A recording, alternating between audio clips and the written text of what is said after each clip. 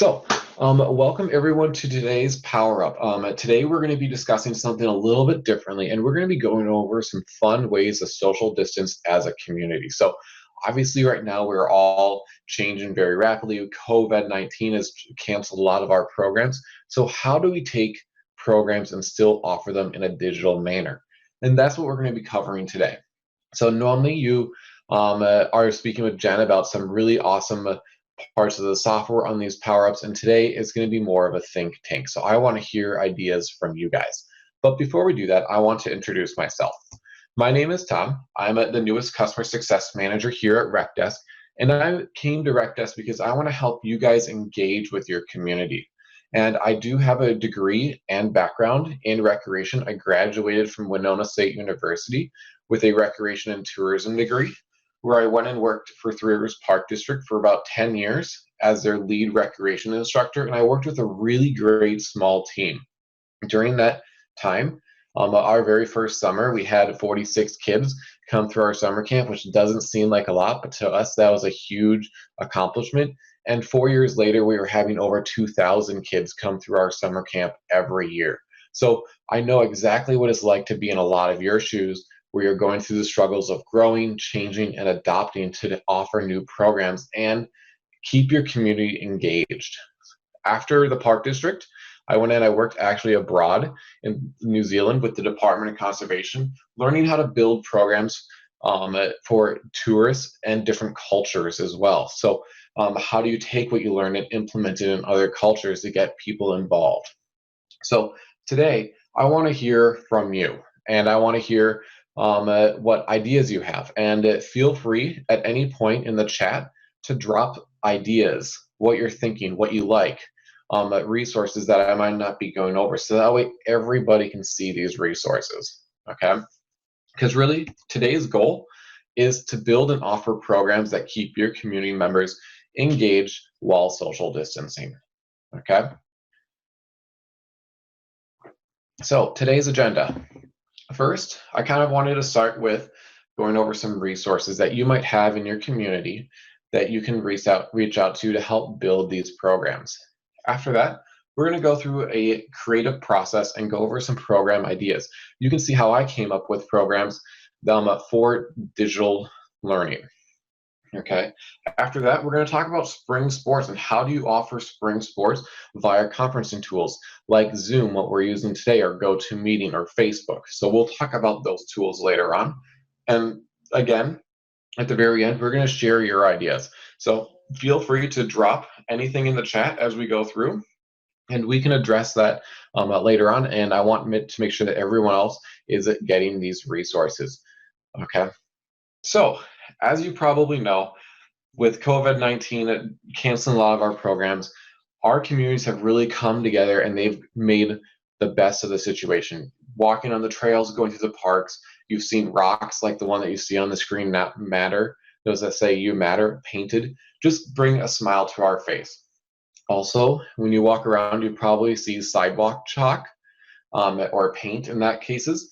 And again, it's just another great way that communities show us that they care.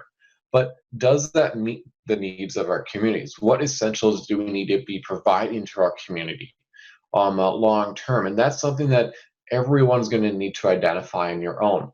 Swim lessons are kind of an essential to our communities to keep kids safe when they go out to the lakes and the pools, that they know how to swim. But how do we continue to offer these programs that keep them engaged? So what is it as our job in the recreation industry to continue to add this social aspect with us? So today we're going to talk a little bit about that social aspect. How can you continue to be engaged? And I know a lot of you probably came into this summer and this spring and you had a plan. You were going to offer camp adventure or archery or survival skills. Nature investigators, like the little ones playing in the pond. That is all critical programs that we all use throughout our summer. Our kids have all gone through it, and most of us have gone through a summer camp at some point in our lives. So how do you bring that back? Okay, so with that, let's start from the very beginning. What programs do we offer now? Twyla Angela Tharp wrote a really great book on the creative process. She's a famous dancer and choreographer, and what she wrote And her favorite quote from the book is, "Before you can think out of the box, you first have to start with a box." And this whole book is about how do you identify a creative process? How do you build a program from scratch? And most people, they look back and they say, oh yeah, here's my program, I can copy and clone this. But the creative process is really start over for every single program. This is going to help us evaluate what is happening today. What's new? What have we not tried before? Or what have we tried before that didn't work? It also makes sure that we're completely up to date with trying to find new ways to do things. Do we have more funding now that we can offer different types of programs? Maybe an archery program that we couldn't have funded before. You also have an established reputation that we need to be looking back on. So you might have offered programs that never would have ran 2 years ago, but now all of a sudden people will sign up for those digital programs or programs because you have that clientele. You can say, yeah, I can run this 20 camp out of the 200 people I'm going to register. So think about that. And as we go through this, we're going to fill our box. We're going to start from the very beginning and start the thinking process all over. So first, I want to identify the community resources that you have. A lot of you have libraries, preschool teachers, science teachers, coding academies. You all have probably restaurants that chefs are looking for something to do now, and we can involve them. Okay, so I just threw up a couple different ideas of community resources that you can all reach out to. Libraries. I know that my library was recently shut down, but it's actually reopened for curbside pickup. So the librarians are inside picking up books, and we can involve them in other ways. Okay, same with preschool and science teachers. The great thing about teachers is that they're really good at lesson planning and building programs. And maybe we can get them to help us build just 1 or 2 programs for the summer that they will host. Okay, so with that, let's start into planning out a program. So what do we know? I'm going to plan a program for preschoolers. So I'm going to put up everything I know about preschoolers. Preschoolers, they have short attention spans. They are easy to teach, and parents are normally involved in most of their programs. I bet if you were to offer a digital program, their parent would be there willing to help them operate the computer, help them stay attentive, and then even do a couple programs with them afterwards. Okay, they enjoy being active, so include lots of pictures and videos for them to see, or have an arts and crafts that they can get their hands-on experience with. That preschoolers love that. Okay, and parents love that when their kids are involved. The requirements for this program: the programs all need to be educational. They all need to be active. So an active kid is working with their hands, they're going out and doing something, they're moving their bodies. And then I also want them to be engaged, which is very different than being active. Engaged is them communicating something back to me. They're asking me questions, they're asking each other questions. And this shows that they're there currently in the moment and they're excited, okay? And then after that, I always make sure that all of my programs have opportunities for growth. So if they come through a swim level 1, I'm going to offer a swim level 2. Or if it's a book club, do I have a series of book clubs that they can sign up for? Always make sure that they can come back and they can do something more. Or offer them resources. So maybe you give them an introduction class, and then at that point, it's a self-learning journey from that aspect. Okay. Now, with that, when I look at all of this information right in here, I'm just going to throw down a couple different program ideas. Some program ideas that I have is making a library reading program or a nature hike via Zoom, or you can even do a pond study with them as well. So a naturalist would go out to the pond, go through a 20-minute introduction of the pond, macroinvertebrates, and pull out things out of the lake and put them into little ice cube trays. And then each family can go out and do that at the pond themselves. Okay, so for today's purpose, we're going to look at the library reading program, and we're actually going to build a real library reading program that you can use. So first, the library reading program, I'm going to put down at the very bottom the requirements. Again, I need it to be educational, I need it to be active, engaged, and have opportunity for growth at the very end. Okay, I'm going to call this program called Reading Adventures. The resources that I'm going to use for it is going to be like librarians, any preschool teachers, or I'm going to track down the local college and get their education students, because a lot of them are looking to add things to their resume, and this is a great experience for them to do that. I'm going to offer 4 30-minute programs with breakout activities. Each kid will get 4 books, which will be read to them during the program. So the librarian or the preschool teacher will hop on via Zoom. All the kids will open up all their books at the same time, and the librarian will read through that book with that child. Then each book will have a breakout activity, and this is what the schedule will look like. So day 1, they're going to read Planting a Rainbow. Planting a Rainbow is all about plants. So at the very end, their breakout activity that they can do with mom or dad is they're going to plant a sunflower seed or a series of sunflower seeds, and they're going to watch it grow over the coming weeks. Day 2 is Earth Ninja. It's all about recycling. So here they can go through the trash or look at things that they're going to throw out with mom or dad, and they can see what they can make out of trash. Maybe they take a pop bottle and they make a really cool rocket out of it. Okay. Or do they take an old t-shirt and they make a dog toy out of it? So this is all about recycling. And again, it's getting them active, engaged, thinking, and excited. Okay. Little Chef is all about cooking. And I know I love cookies. Kids love cookies. This is a great resource for us to reach out to our local restaurant and our chefs and see, hey, can you record a 20-minute program, how to bake cookies, that we will share with everybody that signs up for this program. Okay. And then the last day is the hike. The hike is a scavenger hunt. So go out to your local trail, set aside 50 feet of trail, look back through all of these books. And the Little Chef, you're going to see pots and pans. So you're going to take those and set those aside. You're going to see Planting a Rainbow. You can grab some plants in a pot. And I want you to place all the objects that you see from these books out in the woods. Make it an I Spy or a scavenger hunt.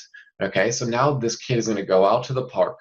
They're going to have this list, and they're going to try to see if they can find things that they have read in the previous lessons from their books, and they're going to be hidden in the woods, or just on 50 feet of trail. This is also a great way to show your community what you're doing. They can come out and they can see the scavenger hunt, and they can laugh as they maybe see a vacuum cleaner hanging from a tree like a Christmas ornament. So think about what you can do to get people engaged with your community, and this is going to show your community programs that you are offering, and hopefully they can come back and they can do a series 2 or 3.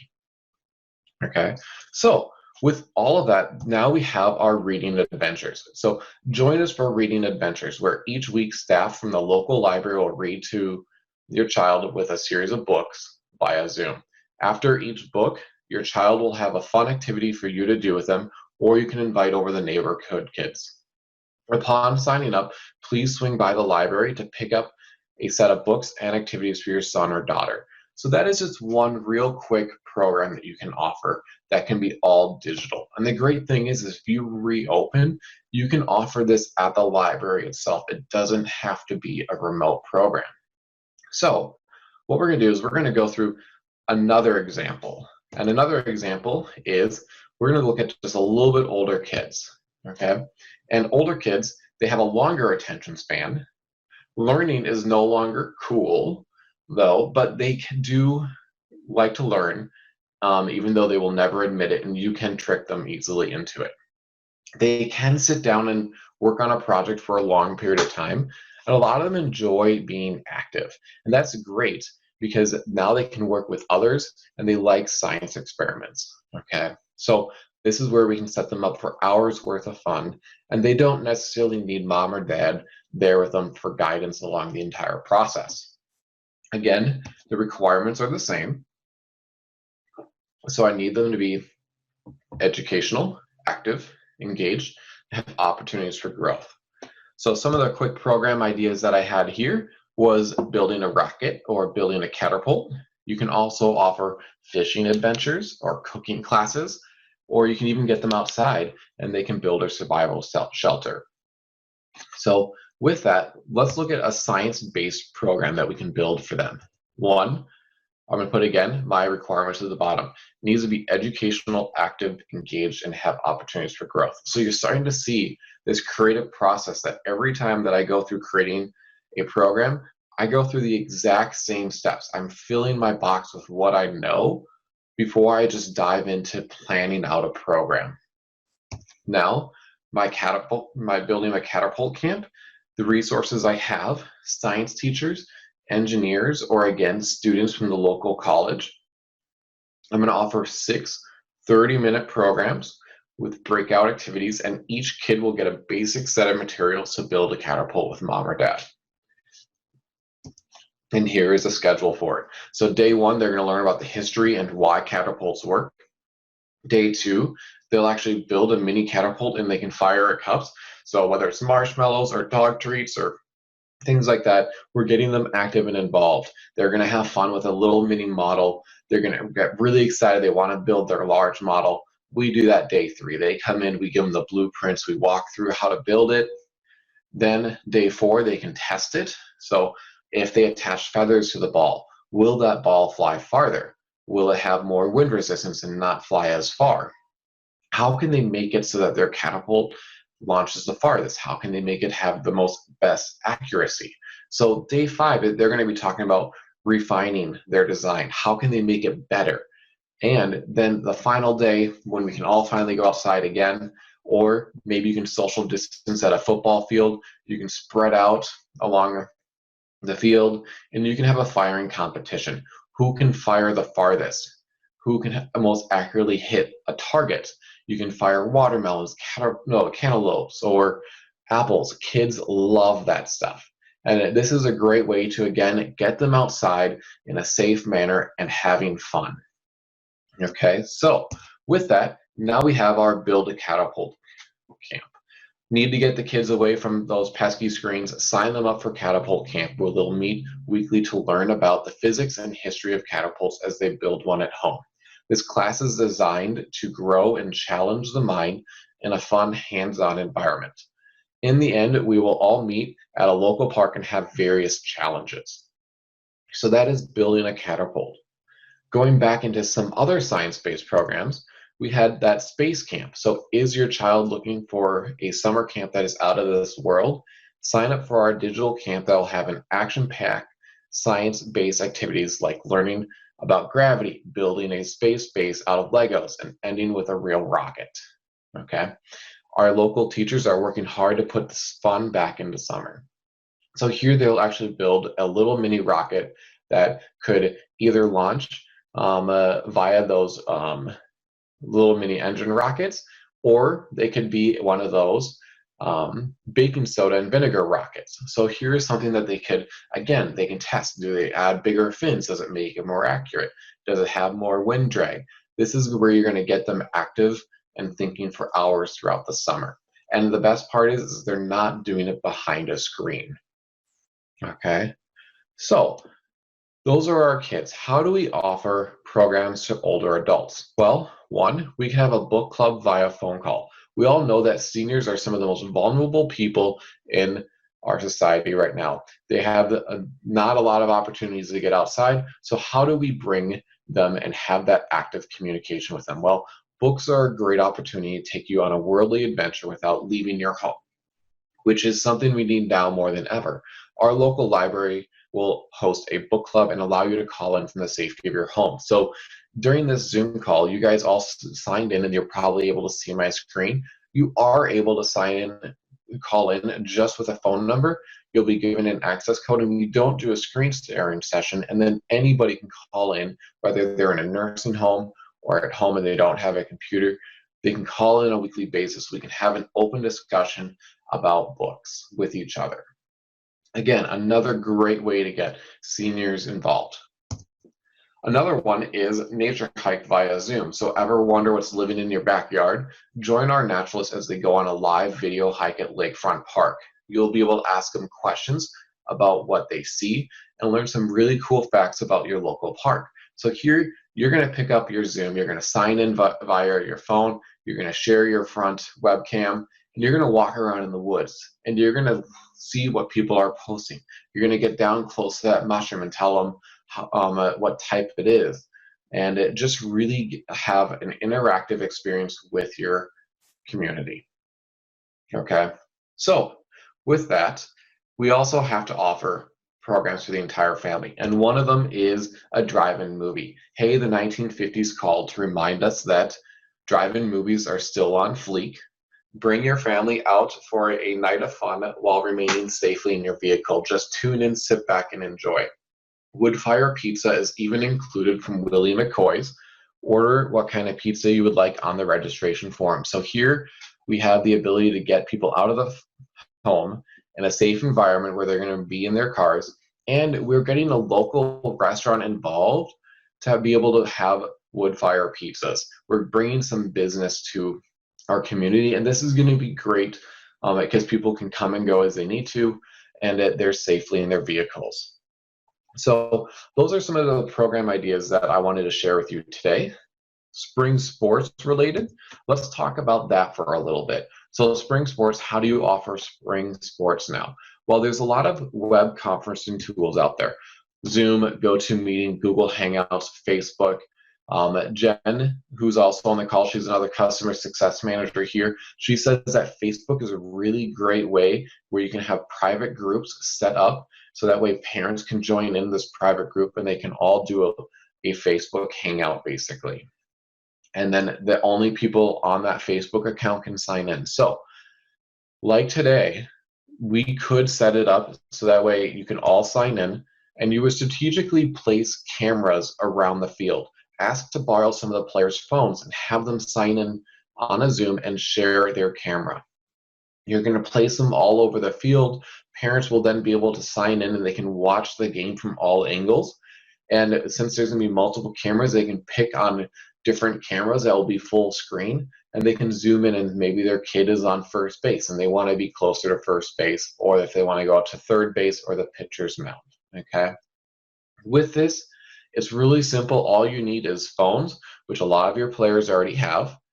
You need some tripods or some homemade objects to hold up those phones. So it could be a chair, or it could be a stack of books that you can place out there. And then just make sure you plug the phones into a battery pack to make sure that they don't die during the program. Okay, so with all of that, this is how you can have a great virtual camp, or no, not camp, sorry, baseball game via Zoom. Okay, with that, you can also have a parent maybe up in the fields narrating what's going on, talking over the microphone like I am with you today. And then this way, parents might miss some things on cameras, but they can still get it over that phone call. So with all of these programs and all of these sports that you're going to be able to offer, you'd also want to offer a risk assessment plan. So what are the risks for each of these programs that we're going to offer? What are we going to be doing to lower the risk? Is it the 6-foot rule? Is it going to be offering it via Zoom? Will you have curbside pickup if you have materials for people to be picked up? Okay. Is there a backup plan via conferencing tools like the ones I listed before? Zoom, Facebook. How can you make sure that this program will still run even if something changes? Also, if it changes for the better and we start reopening our facilities, how can we also design these programs so they're going to be in person, on site? And maybe you'll have a hybrid. You have it on site as well as Zoom, because maybe there's some families that are still vulnerable that can't get out. And then be able to identify who makes the calls and when, of whether or not these programs run or not. You have a clear set of rules of what makes sure this program cancels and what makes sure that it can run in a safe manner. And who do you coordinate that with? So with that, I want to show that community resource page with you again. We had our libraries, we had our preschool teachers and our science teachers. Coding academies are great to reach out and get some kids that fun, interactive learning programming experience. So with all of these resources, I want to know what resources can you think of that I did not mention today. So I'm opening up the floor to hear from you. What program ideas do you have? What online resources do you have? what community resources do you want to share with the rest of the group here today to make sure that we're all moving forward? And with that, you can just drop all of those in the chat and I will highlight them as they come in.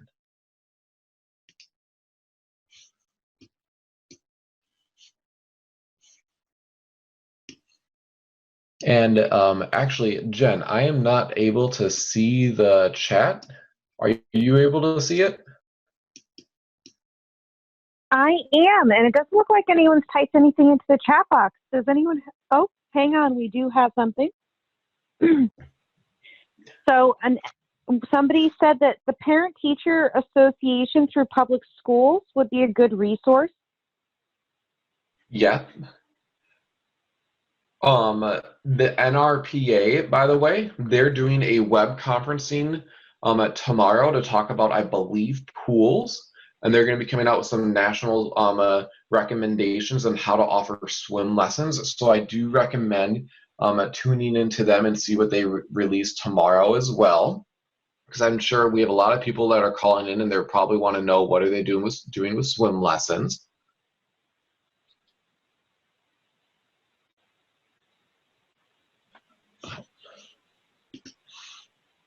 Okay, now I can see the chats. Oh, if you can, we just got another one. We Yes. just got another one saying that, talking about a virtual run challenge. Participants are logging their miles.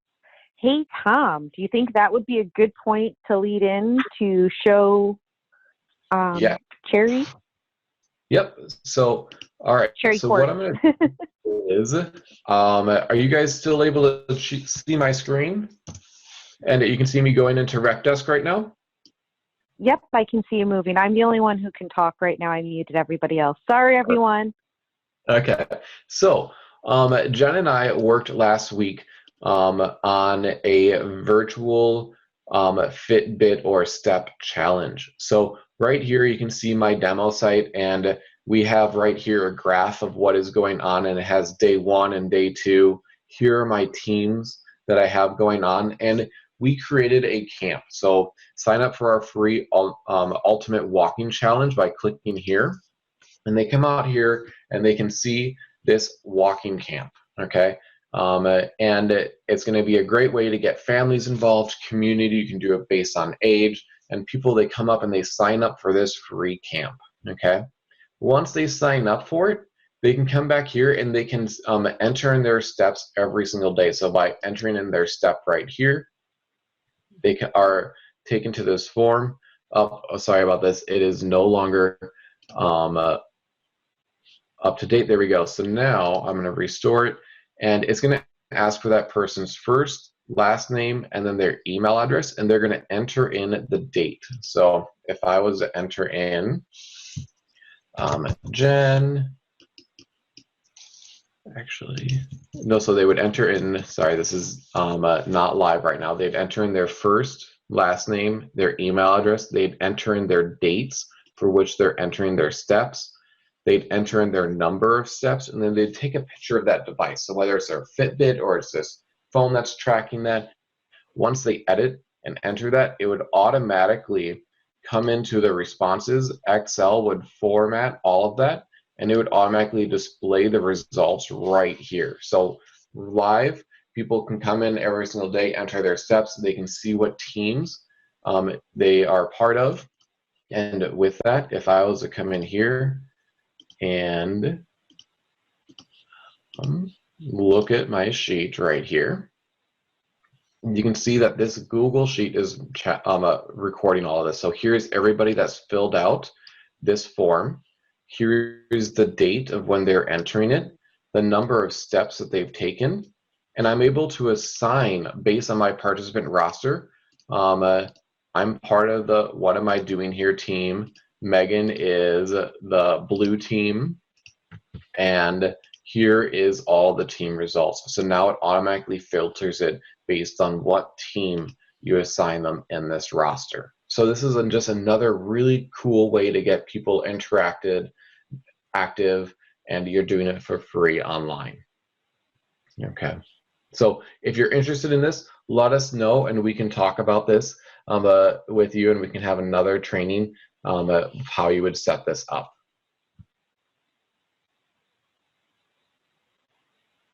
All right. Yes. So if you want to attend this, just say that I'd like to attend in the chat, and we will record your names down, or we'll send out another invite to everybody, and we can do that. So some other ones are coming in. Wonderful. Has anyone done a rec and bag or to-go activities where someone would sign up and pick up their packets and watch either a live or recorded video? Are you talking about like maybe they would check out like a fun bag of activities from like a local library, and in that it might have different types of games or yard games for them to attend, and then when they're all done, they would return it and it would go out to somebody else? Is that what you're referring to, Danielle? Hey, Tom, we actually have something like that going on here in Middletown, here in Connecticut. Oh, do you want to talk about it, Jen?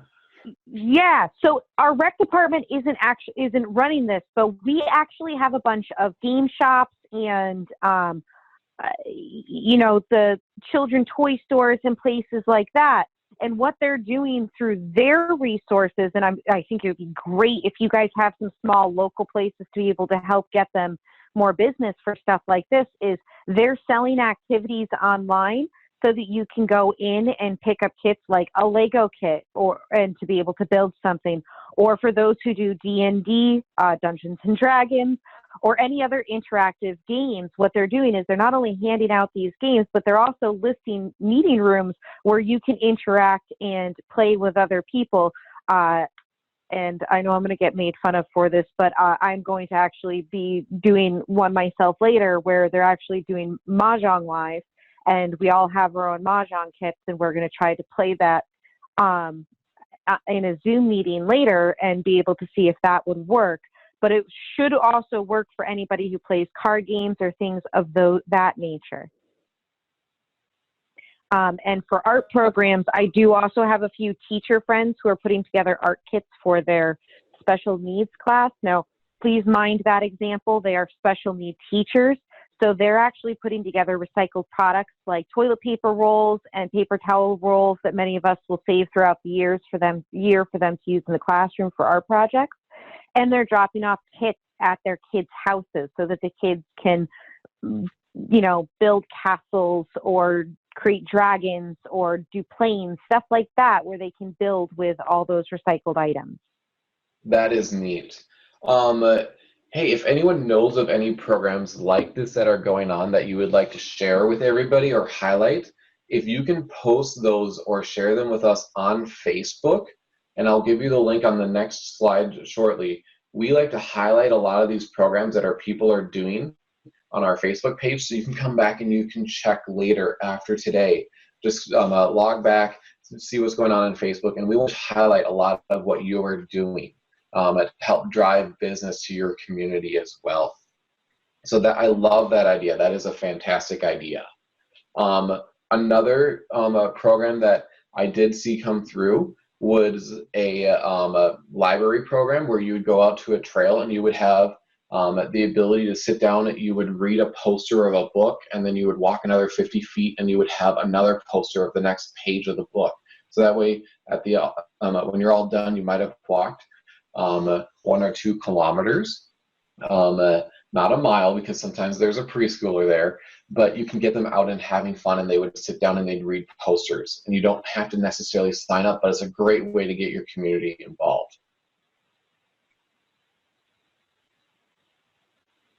Virtual jukebox bingo, I love that. Our host made bingo cards with 75 songs and played 30 seconds.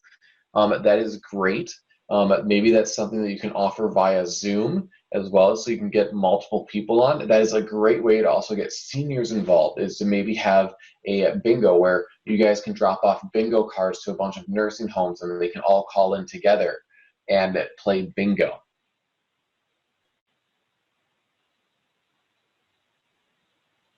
Okay. Gift cards to local businesses. Yep, this is a great way to get business back out to them and be supporting our local businesses. Anything else? Did anyone get some program ideas that they think that they're going to run from today's session?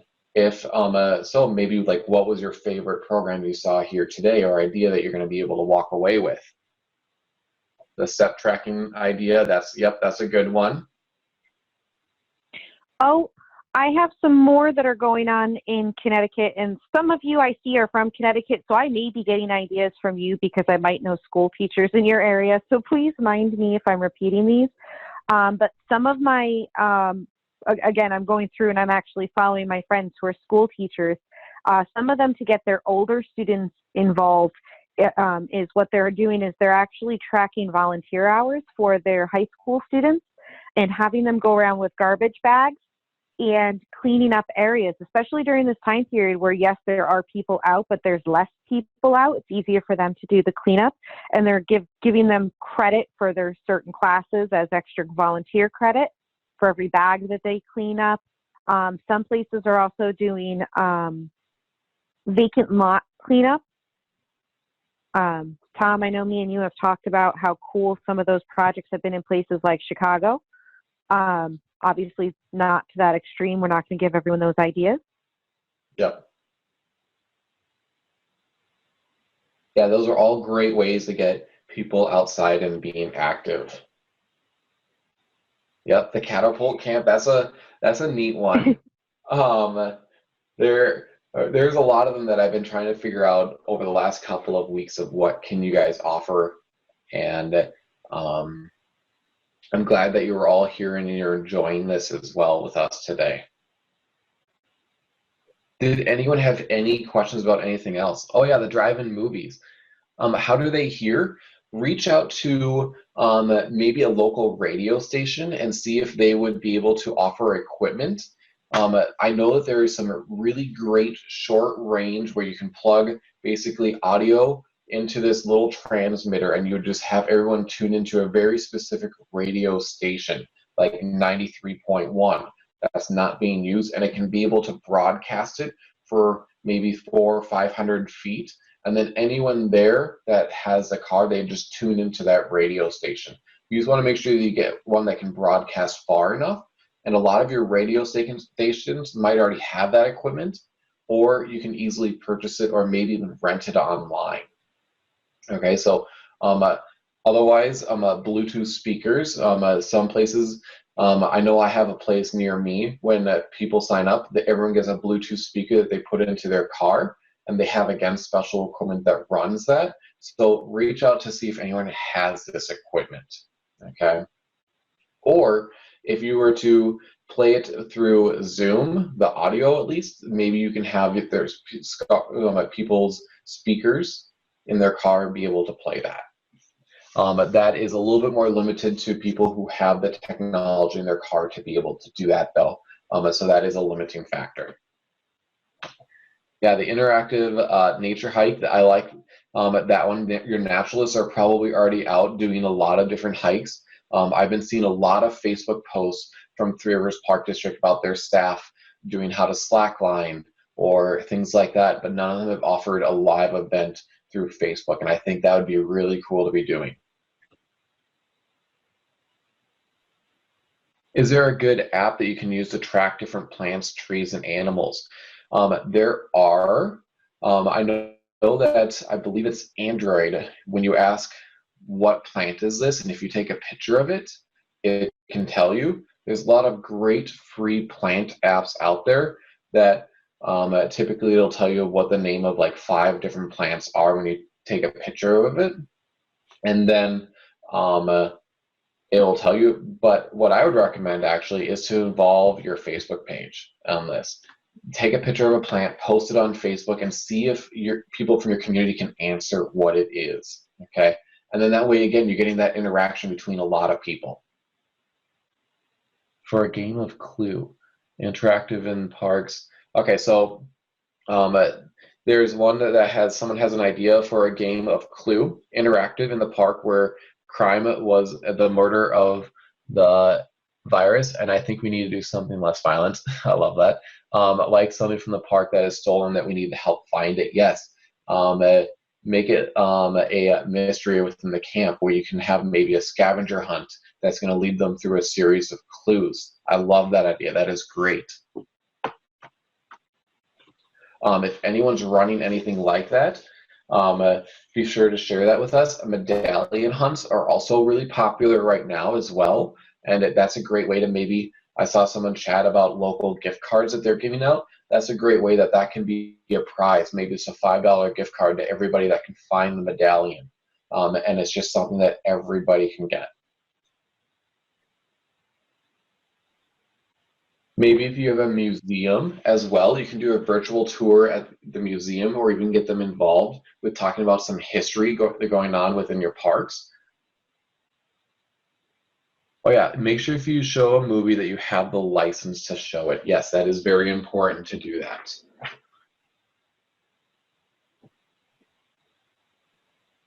What would the medallion be made of? It could be a variety of things. It could be a little coin, or it could be a statue that maybe they're trying to find, or a treasure box hidden out in the woods, maybe someplace. It could be a lot of different things. Geocaching comes to mind. That's another great way to get people out and about with a GPS. So I'm thinking of that idea where you never know what you're looking for, and it's just an idea of once you get down to the 50-foot range, hopefully you have enough clues to be able to know what you're looking for. Maybe talk to your city in that case. Pick out something that's historic to the area.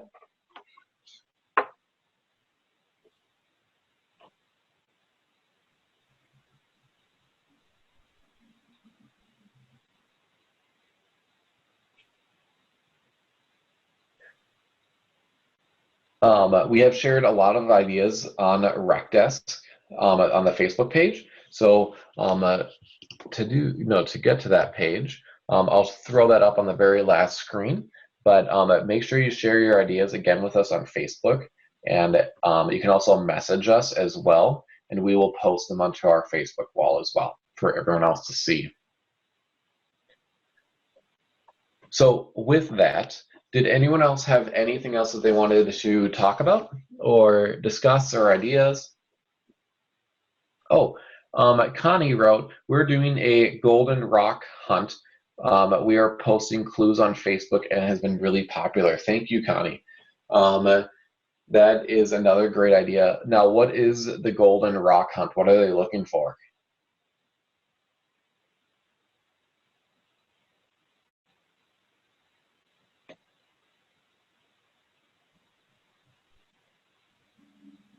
I sincerely hope it's a golden snitch that somebody has from Harry Potter. Oh, that could be a fun. You can do it like maybe a book adventure one too, where you go through like a series of books and make it an activity hunt. That would be fun. Now you're giving me ideas. Then I might have to call our local recreation department to see if anyone has a trail to let me do fun stuff like that too. Yeah. All right. So, James says, love this idea. Thank you, James. All right. I'm going to give us just another minute or two for things to come in case anyone else wants to comment on anything else.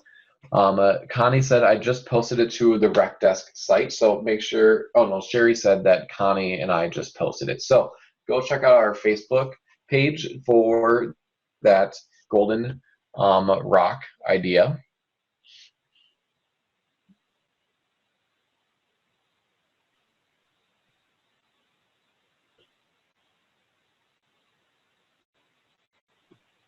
All right. So with that, we do have another Power Up on Thursday, April 30th. So this week from 1 to 2 p.m. Central Time. Okay. So if you want to attend again, I highly recommend it. Invite the rest of your staff, program instructors, naturalists, even invite your librarians or teachers to see if maybe you identify some of these resources within your community and say, hey, can you watch this Power Up with us and help us develop something? We would be happy for them to be able to join in and help you bring these programs and activities to your community. So feel free to attend again. If they can't attend, Later on this week, after Thursday, we will be sending out the recording of this training and this PowerUp to everybody. So make sure you share that with your staff and see what comes up of it. Make sure that you do post things on our Facebook wall, so facebook.com/RecDesk, and we're going to be highlighting a lot of the activities that you guys share with us, as well as the activities you saw here today. And we'll also make sure we follow up on that STEP challenge with everybody too as well. So feel free to reach out if you have any questions. You can contact me. My email's down here at the bottom, or reach out to your CSM here at RecDesk and see what can we do to help you to bring these programs up with our software to offer registration. Will we be doing a follow-up for the virtual STEP challenge, or do we just stay here? Thanks. We will most likely end up just sending you guys another video session that you can all join like you did here today. Or, Jen, we can talk about this later. Do we want to just set up, here's a guide, here's the resources, download this Excel, and we're going to walk you through step by step of how to set it up yourself. The thing that we want to identify is how, oh, go ahead. Sorry, Tom. I was going to say that would probably be easiest, because then we can record a training video specific for that, so that they just have to watch a few-minute video in regards to the STEP challenge instead of the entire PowerUp. Yeah, and then you don't have to clear your schedule to sit down with me again, but you're always welcome to as well. All right. Awesome. So with that, if anyone else has anything else, go ahead and feel free to drop that in the chat. Otherwise, we'll just carry this out for another couple minutes, and we'll talk to you hopefully again on Thursday.